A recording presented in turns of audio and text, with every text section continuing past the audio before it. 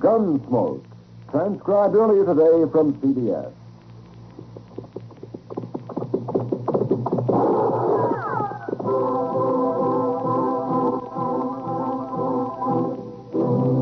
Around Dark City and in the territory on West, there's just one way to handle the killers and the spoilers, and that's with a U.S. Marshal and the smell of Gunsmoke.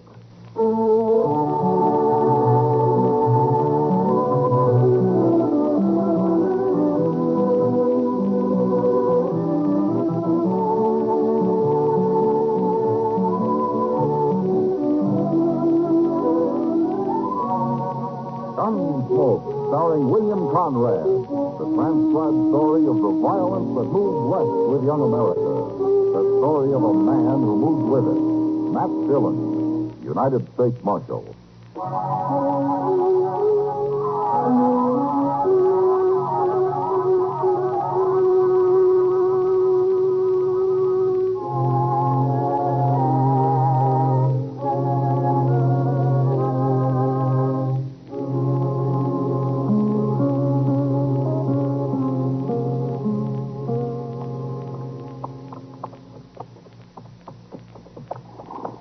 Look up ahead there, Mr. Dillon. Somebody's gone and left his wagon right out on the prairie.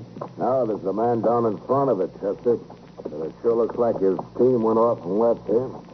What would he be doing out here with a busted wagon and no team? And I expect he'll be glad to tell us. Come on, get up.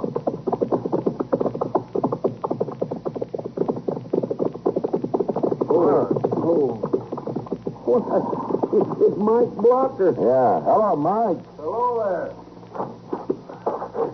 Well, this is a poor fix for a man to be in the day before his wedding, Mike. Sure is.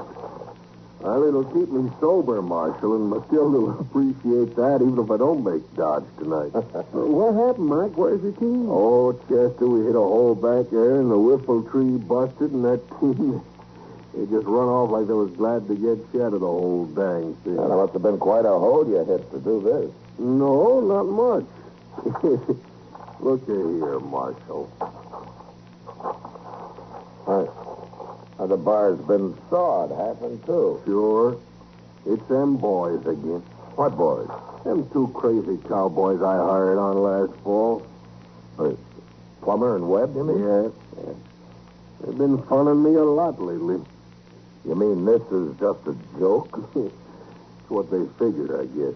Well, it ain't much of a joke to leave a man stranded on the prairie this way, especially when he's trying to get to town to be married.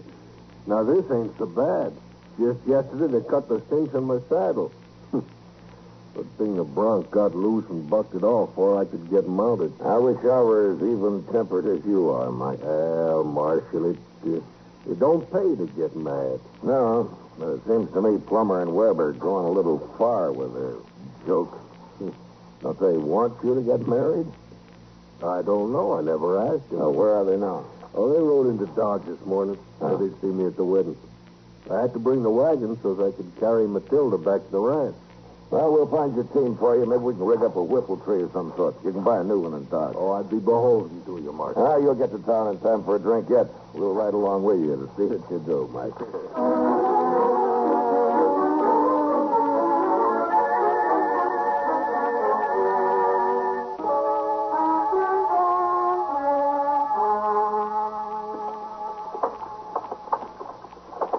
You want a beer, Chester? Well, no, sir.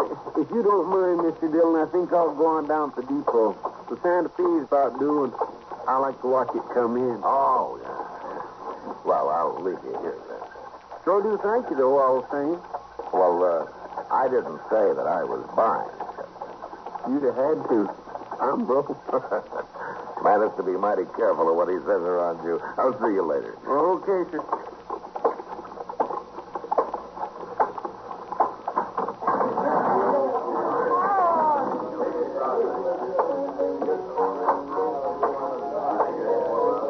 Bring me a beer, Sam, will you? Hello, Matt.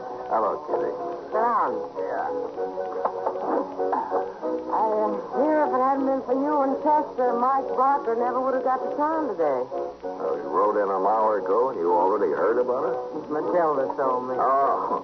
Yeah, that's right. I forgot about you and Matilda. She's the only lady in this town who is my friend. Here's your beer. Oh, thanks, man.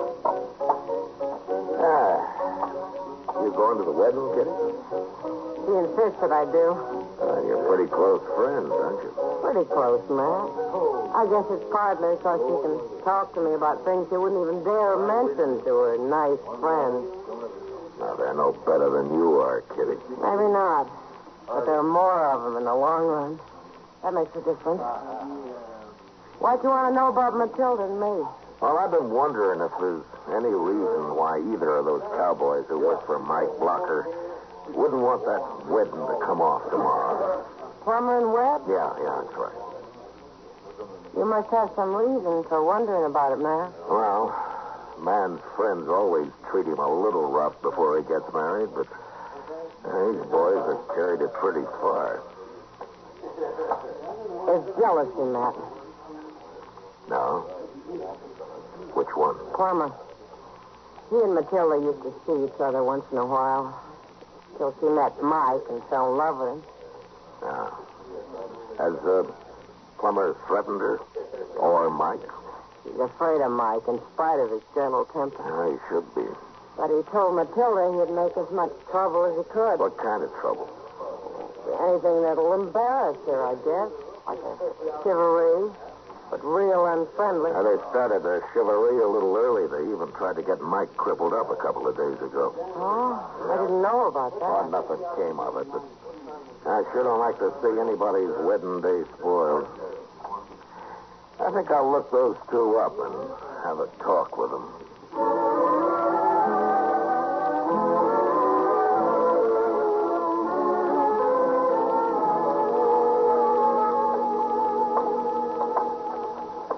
I swear I've been in every saloon in Dodge, Mr. Jones. Maybe they ain't in town after all. Well, we'll try the hotel, Chester. Why don't you just throw them in jail till the wedding's over? I'd like to.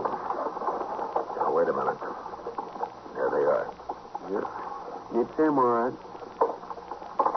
I saw Mike over at the Longhorn taking on a few. Well, even marrying a good woman makes a man nervous, Chester. Oh, it sure does. Why, just the thought of it, and I want to go live with the Comanche. Well, you can't let other men do all the marrying. Why not? I don't know, Chester, but it's what they say.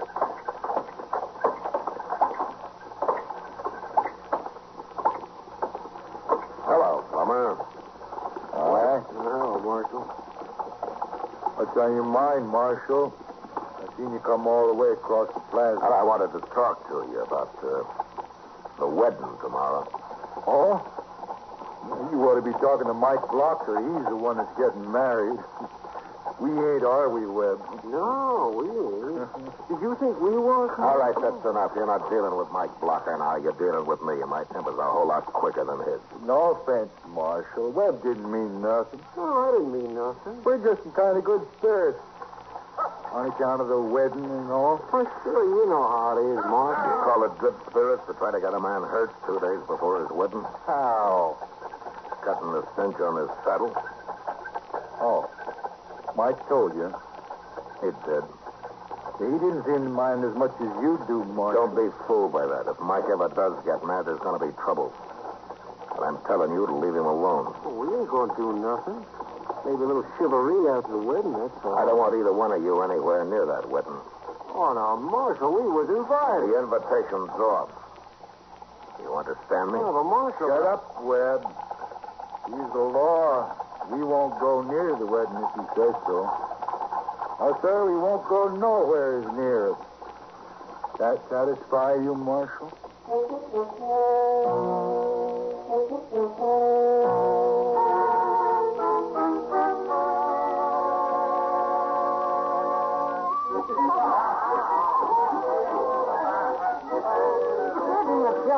Beautiful, man. Now, being a bride sure does something to a woman, Kitty. It's the groom that really does things, too. Chester, you're jealous.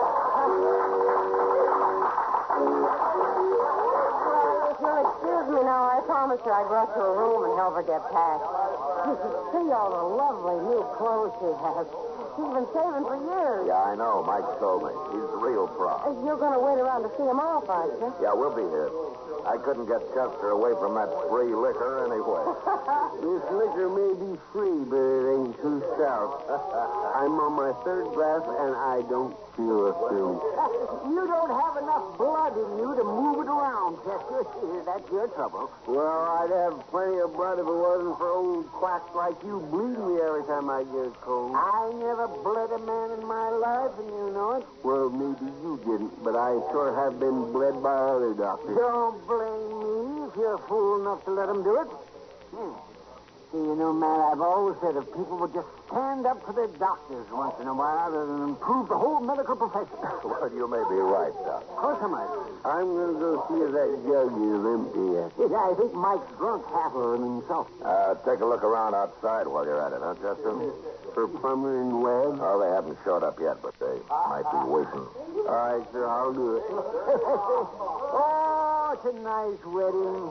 Wasn't it, Matt? Yeah, fine.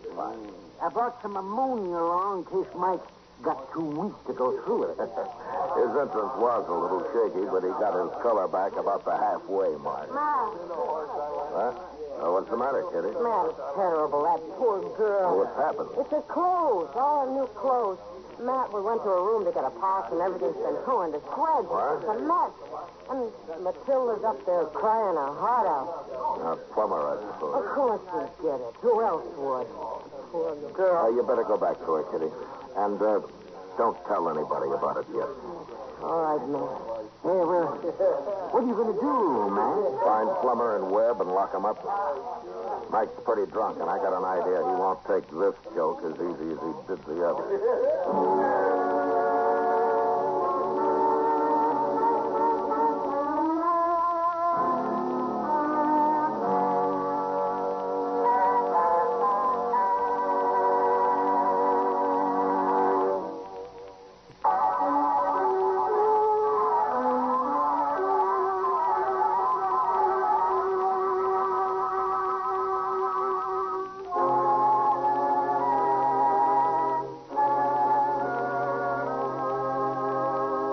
I found Chester outside, but there was no sign of Plummer and Webb. We figured they must have sneaked into Matilda's room during the wedding ceremony, and while she stood downstairs happily becoming Mike's bride, they were up there ripping her trousseau to pieces. Still, I was less worried about her than about Mike. It was one thing to plague him, but to practice this cruelty on Matilda might well be the last straw. Chester and I went from saloon to saloon, but Plummer and Webb seemed to have disappeared. They must have left town, Mr. Dillon. Yeah, the Oasis over there is the only place we haven't been into yet. Might as well have a look. It's making pretty bold calling this place the Oasis. Oh, why? It's the poorest saloon in town. A thirsty jackass wouldn't stop here to sniff a rain barrel. Yeah, not if he knew his way around, he wouldn't. Look at there. Even the door's busted off. Yeah, it sure is.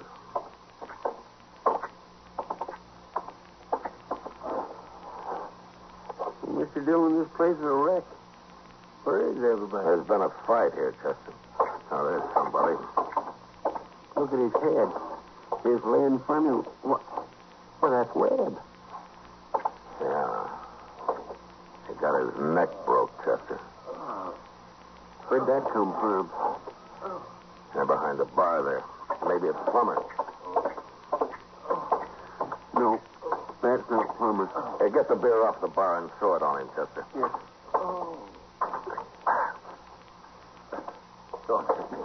Don't hit me. I'm the marshal. Nobody's going to hit you. Now, who are you, mister? Joe, I'm the bartender. Well, what happened here, Joe? Why, that was crazy. He's still here, Marshal? No, he's gone. Who was he, Joe? The fellow that Plummer and Webb worked for. Mike something. He was awful mad, Marshal. Awful drunk, too. Where'd Plummer go? I don't know. I tried to stop it, but they hit me. Knocked me out. Was anybody else in here? Just them, and then Mike come in. Joe Webb's lying on the other side of the bar. He's dead. Dead? Yeah. Did you see who killed him? He pulled a knife on Mike. He was going to use it, too. Somebody killed him, huh? Was it Mike? I got hit about that, Marshal. I didn't see no more. All right, Joe. You do something about Webb there, huh? Look what they done to my place. It's ruined. Who's going to pay for all this? I don't know, Joe, but I'll try to find out. I didn't find out, not that night anyway. We looked around the oasis inside and out, and then I sent Chester down to wait for Mike in case he showed up at Matilda's place. So I scouted the town again. But shortly after daybreak, we both gave up and met back at the office. Miss Kitty was down here, Mr. Dillon. She stayed with Matilda all night. Oh, good. How's Matilda taking it? Well, I don't think she cares about her clothes anymore. She's so worried about Mike. Yeah. You didn't tell her about Webb being killed, did you? Oh, my goodness, no, sir. I wouldn't do that. She'll find out soon enough, poor thing. What's Mike? Yeah, Mike. I've come to turn myself in, Marshal. Where you been, Mike? Asleep? Oh, where's Plummer? Oh, I don't know. I was so drunk and so mad, I don't remember much of anything. I think he knocked me on the head while I was finishing off Webb. I know I ain't seen Plummer since. I just been down to the oasis. Joe ain't seen him neither. Well, nobody has, I know of, but where were you? Oh, I was awful drunk, Marshal. I must have got as far as Kelly's stable, crawled into a stall there. At least that's where I woke up this morning. Well, I'm going to have to lock you up, Mike. Yeah, that's why I come. Marshal, that was a bad thing they done to Matilda. Yeah, it was. But you shouldn't have killed anybody for it. Well, maybe. Lock him up, Chester. Yes, sir. I'll bring back some coffee.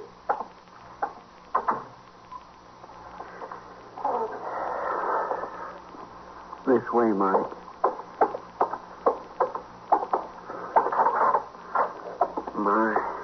I sure am sorry to have to lock up a man like you, Mike. If you didn't, Chester, I'd just go find Plummer and kill him. There you are. Yeah. Mr. Dillon will be back directly. Then you can have some coffee. I don't want nothing.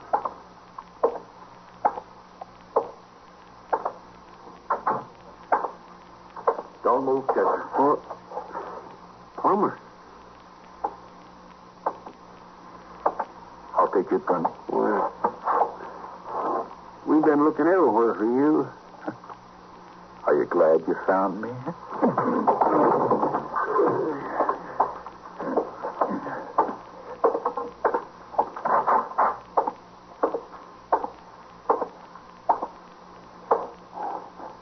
Morning, Mike. What are you doing here, Plummer? I come for you, Mike. I'm going to take you out back and kill you. It's a good thing you got a gun. I didn't have a gun last night. What'd you hit me with, then? Table leg. Yeah. I should have killed you, too. You didn't kill Webb. What? You knocked him out, that's all. What are you talking about? He's dead, ain't he? Sure, he's dead. After I hit you with that table leg, I busted his neck with it. What for? So they'd hang you for it. Well, then what are you doing here now? I've already admitted to killing him. I got to thinking, that's why. Thinking what? Well, when Doc gets a look at Webb, he'll know you couldn't have hit him that hard. Anyway, I figured you'd remember about it all. They'll hang you, Plummer. Not me. I'm going to kill you, and then I'm going to be gone to Texas. You shoot me, or I'll hear you. I ain't going to shoot you. Less than I have to. I'm going to cut you, Mike. And you won't look very good when Matilda sees you. Matilda? We was friends once, Mike. Real good friends. You know the kind. You and Matilda? I'll tell you what it was like while I'm cutting your throat. Get out of that cell now.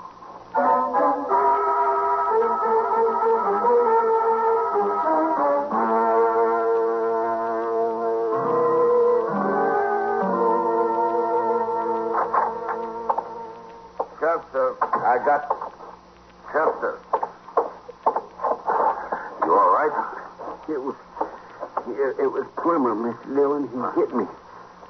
I'm okay now. Come on, then. Come on.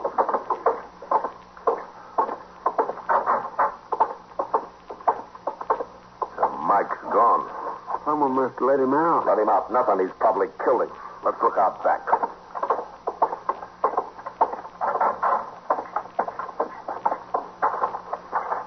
Look, Mr. Dillon. Yeah. It's Plummer. He's been beat to death. He sure has. His gun's missing, but he got that knife into Mike first. He's leaving an easy trail to follow. Come on. He headed for the alley. I wonder you didn't run into him out on the street. If he got that far. All right, stay back, Chester. I'll go around the corner first. Yes, sir.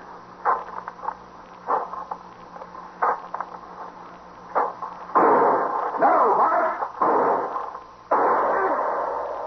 I got him. All right, come on.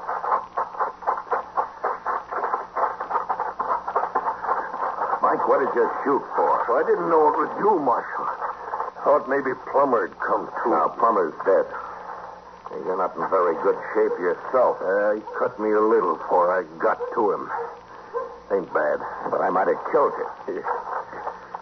Thank you for not trying, Marshal. Well, we better get you up to Doc. He'll dig that bullet out of your arm. Sure. By the way, Mike, I saw Doc a few minutes ago. He'd been down looking at Webb.